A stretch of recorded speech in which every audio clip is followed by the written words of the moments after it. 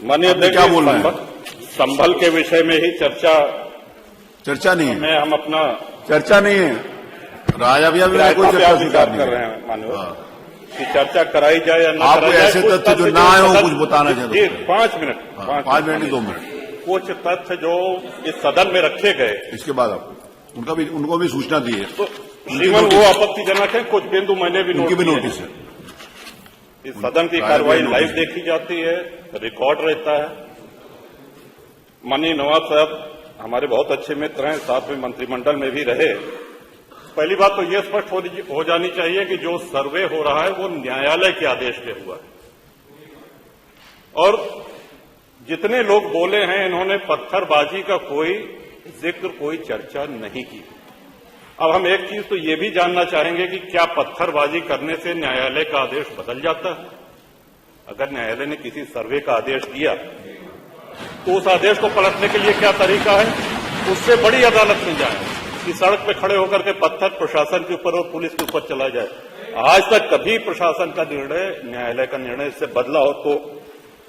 दूसरा श्रीमान, पुलिस और प्रशासन के लोग जो घायल हुए हैं उनके प्रति किसी ने कोई पीड़ा, कोई चिंता व्यक्त नहीं करी।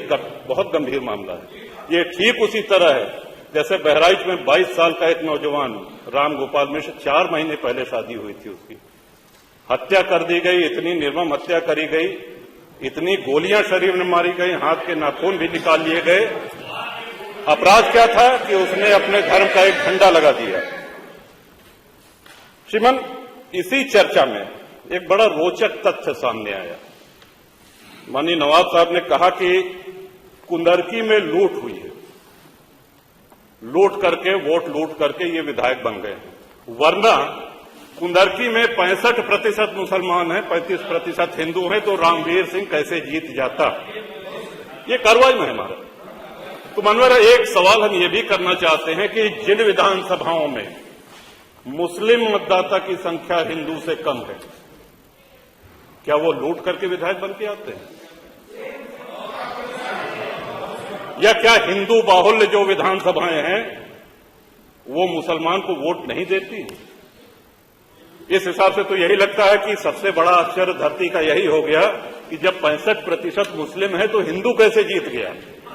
आज पहला दिन है इन लोगों का सदन में। हमने अनुरोध किया था जो नए सदस्य जीत के आए हैं कम से कम परिचय करा दें, हम लोग भी पहचान लें। हमारा कोई परिचय नहीं है रामवीर जी से, लेकिन वो निर्वाचित सदस्य हो चुके हैं, इस सदन के सम्मानित सदस्य हैं, उनका इस तरह से अपमान करना, उनको लुटेरा कहना, ये तो आपत्तिजनक है। और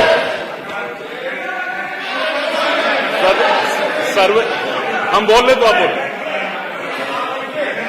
बोले।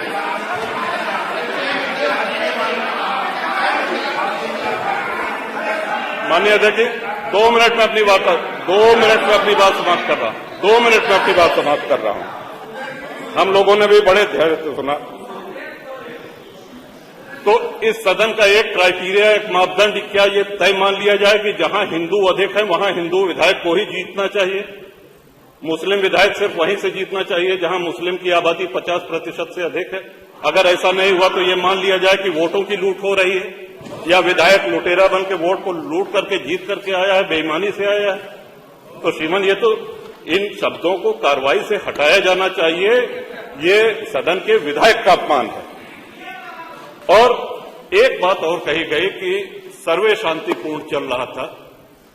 एक हिंदू होने के नाते, एक सनातनी होने के नाते माननीय अध्यक्ष, हम तो ये कहते हैं कि न्यायालय किसी भी मंदिर पर सर्वे का अगर कोई आदेश करती है तो मैं नहीं समझता कि किसी भी सनातनी, किसी भी हिंदू को कोई आपत्ति हो।